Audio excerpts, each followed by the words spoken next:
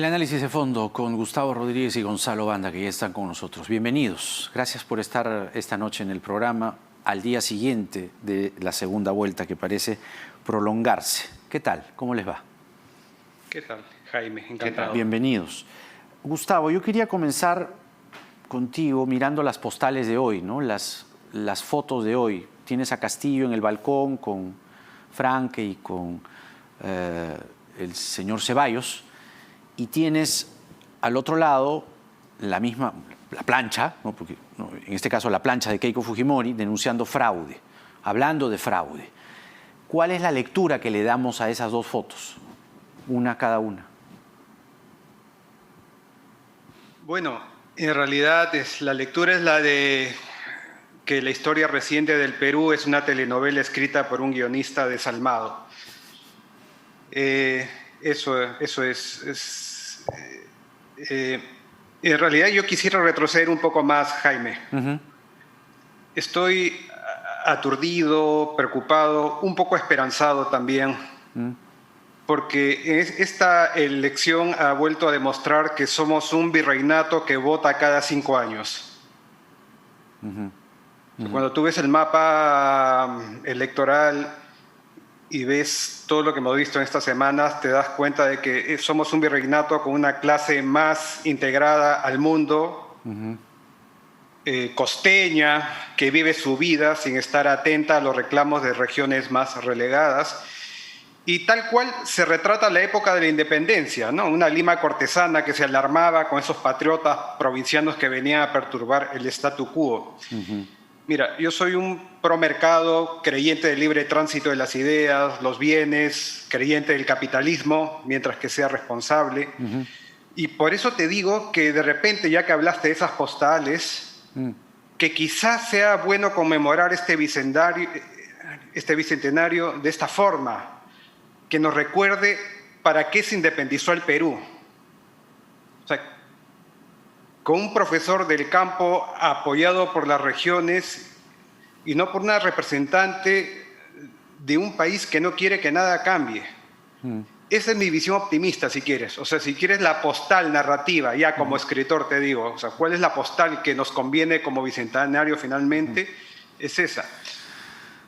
Pero lo que me preocupa te lo voy a decir más adelante para no acaparar la conversación. De acuerdo. Me parece muy acertado tu análisis. Gonzalo, yo me quedaba pensando mientras veía a la señora Fujimori hablando de fraude, que además, ya lo hemos dicho en la presentación, si tú denuncias fraude, que es algo enorme, es algo escandaloso, es algo reprochable, tienes que presentar a su vez pruebas enormes, escandalosas y reprochables, cosa que no parece haber ocurrido. Se han hablado de 5 casos que más bien constituirían irregularidades que ocurren en todo proceso electoral en el mundo, pero lanzar la idea fraude en un contexto así, con la crisis sanitaria, con la pandemia, como si no tuviéramos las emociones hechas añicos por todo lo que hemos vivido en estos casi 2 meses, se nos viene a prolongar y a extender una situación de distanasia electoral, por decirlo menos. Pero yo me preguntaba, ¿qué pasó con los compromisos electorales? Tú que eres tan prolijo, tan seguidor, muy buena la columna del País, tú que eres tan prolijo, tan seguidor de, digamos, la política, se han firmado varios juramentos, compromisos. ¿Cuántos artículos de los juramentos has visto rotos? De los dos lados, si quieres, ¿eh? Obviamente tiene que ser siempre equilibrado el análisis. Pero ¿cuántos compromisos has visto rotos en las últimas horas? Bueno, ayer cuando vimos los primeros resultados, pues la muchedumbre en una parte digamos, del centro de campaña en Lima de Castillo comenzó a gritar fraude, ¿no?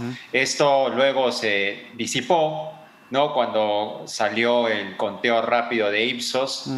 Creo que se trató de un cántico irresponsable.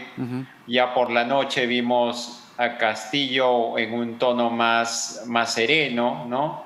Tal vez tratando de tranquilizar, porque creo que lo que veíamos ayer pues es una polarización, y no hablo de la agresión y luego de la provocación que un periodista ayer la que fue protagonista, ¿no? Pero los ánimos estaban muy caldeados. En ese escenario ambos candidatos debieron salir de frente a pedir serenidad y que se respeten los resultados. En ese contexto, creo que sabes que, Jaime, hay políticos a los que conocemos, a los políticos se los conocen las derrotas, por lo menos a los buenos políticos. ¿Sí? El buen político no es aquel que acepta muy bien el triunfo, ¿no? Porque esos son los que abundan, digamos, ¿no? Es muy fácil aceptar el triunfo. Lo que es muy difícil es aceptar la derrota. Entonces yo creo que estamos en un momento donde los candidatos lo que deberían hacer es mandar un mensaje de serenidad, porque si no es un déjà vu, Jaime. Esto ya lo vivimos en el 2016. ¿Y sabes cómo terminó en el 2016? No terminó bien. Entonces lo que debemos en este momento es concentrarnos. Tú acabas de decir algo muy importante. En los momentos históricos más desoladores de nuestra república, las peores crisis siempre nos han encontrado desunidos, con nuestra clase política peleando, y tenemos un cementerio con 200.000 personas que han muerto. Entonces, ya acabaron las elecciones. Que se cuente hasta el último voto, que hagan uso de todos los procedimientos judiciales para defender sus votos, está muy bien. Pero el mensaje es: respetemos los resultados. Claro, además, sí, ¿no? Qué lisura. 200.000 muertos casi, y nosotros como si no pasara nada. Digo nosotros como sociedad o los políticos, ¿no? No estoy incluyéndonos aquí a los tres presentes. Pero Gustavo, tú decías algo muy profundo en realidad, que es que somos un virreinato que vota cada 5 años. ¿Qué va a pasar con este virreinato entonces? Con un muy probable triunfo de Castillo, con una segunda vuelta que ha sido espantosa, con paneles, con ataques, que comunista, que facho, que proterruco. Por Dios, es decir, cabe aquí, yo sé que puede ser un lugar común, pero en realidad sí lo necesitamos. Alguien decía por ahí en Twitter, necesitamos abrazarnos todos un poco. O sea, ¿es posible eso? ¿A dónde vamos? Es posible si se da una serie de circunstancias. La primera, y estoy de acuerdo con Gonzalo, es si ambos candidatos nos dan un respiro, por el amor de Dios. O sea, hay 180.000 peruanos que no han votado en esta elección porque están muertos por una pandemia terrible que nos ha golpeado especialmente. Hay 3 millones de peruanos que han caído en la pobreza el último año. Señora, señor, no usen al país como su diván psiquiátrico. Empiecen con gestos civilizados, sabiendo perder, en todo caso, como dice Gonzalo. Eso por un lado, o sea, ese primer gesto, ese primer tipo de caballerosidad ayudaría mucho a bajar los ánimos, porque ahora con cualquier tipo de estímulo la piel se enroncha. Así estamos ahora. Lo que me preocupa a mediano y largo plazo es con qué facilidad adoptamos narrativas para justificar nuestros intereses. O sea, qué rápido convertimos a alguien en un símbolo. Y esto va tanto para Castillo como para Keiko Fujimori. Bertolt Brecht escribió alguna vez: desdichado el país que necesita héroes. ¿Recordarán ustedes cuando en un programa de farándula hace no mucho se destrozó a Keiko Fujimori? Cómo muchos aplaudieron esas burlas, la desaprobación brutal de Keiko Fujimori hace 6 meses, por ejemplo, y de pronto con un cuento básico de que el comunismo puede instalarse con un maestro de provincia, esa misma señora burlada se convirtió en el adalid de la libertad y la democracia. Y del otro lado también con Castillo. Entonces, yo sé que la comparación va a ser exagerada, puede ser caricaturizada, pero a veces la gente se pregunta cómo es posible que en Alemania, una sociedad europea, se haya instalado un régimen como el nazista. Pues acabamos de ver en la práctica cómo, en esta campaña, tú agarras una sociedad que es ignorante o que es muy prejuiciosa, le metes miedo a través de medias verdades, y que resulta lo que acabamos de vivir en estas últimas semanas. Tremendo, tremendo.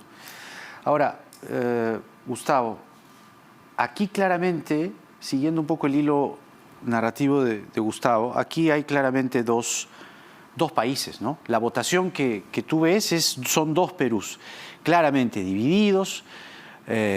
Hay, sí, millones de personas, 3 millones de personas ahora pobres, que han perdido un familiar, ¿no? Y que buscan la necesidad de cambio por una vía moderada, como lo proponía la señora Fujimori, o por una vía radical, como lo propone el señor Castillo, lo proponía durante la campaña el señor Castillo. ¿Cómo pueden converger esos dos Perús que se han encontrado en una pandemia con los ánimos caldeados, irritados, molestos, furiosos, exaltados? ¿O nos vamos a terminar, yo sé que esto puede sonar muy feo, pero nos vamos a terminar agarrando de las mechas, a combos? ¿Qué va a pasar para ti? ¿Cuál es tu visión de las cosas?